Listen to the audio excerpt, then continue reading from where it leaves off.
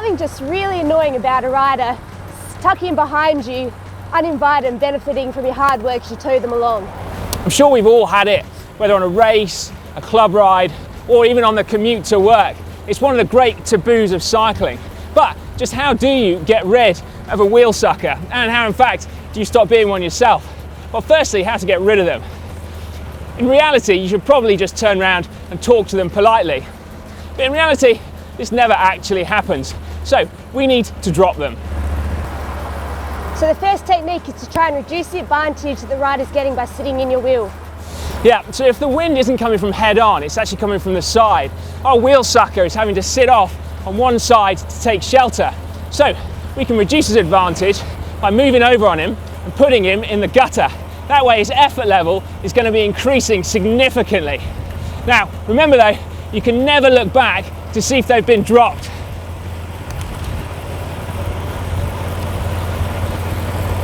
Is he gone? If the wind isn't at your advantage, what next? Well, again, strike when the advantage of sitting on is at its lowest, on climbs. Just before you reach the climb, make sure you rest a little bit so you're fully recovered when you hit the climb itself. Then, next up, accelerate hard. But make sure you do it whilst you're sat in the saddle, because what you don't want to do is give a message to the wheel sucker that you're actually trying to drop them. Then keep it smooth and keep it hard.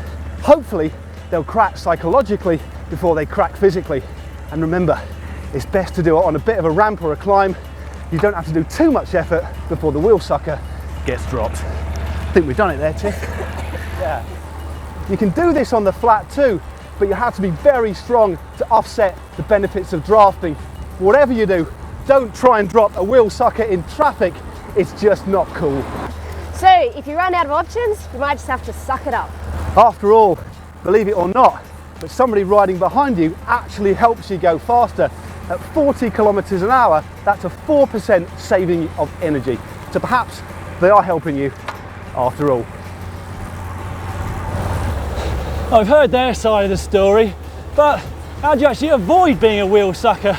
Well, if you do get caught, a polite thing to do is not accelerate and sit on the wheel, however tempted you might be to do so.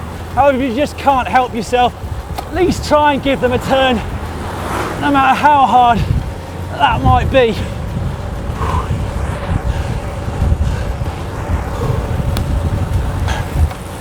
And also, don't forget, if you do choose to sit on somebody's wheel, it doesn't hurt to actually talk to them. It doesn't have to be a full-blown conversation. Cheers for letting me sit on your wheel, mate, on a really bad down, miles from home. That's all right, mate, no worries. Hey, you thought about subscribing to GCN? No, what's GCN? It's a YouTube channel about cycling, and it's got quite a lot of useful advice that you might find, I don't know, helpful. How do I subscribe?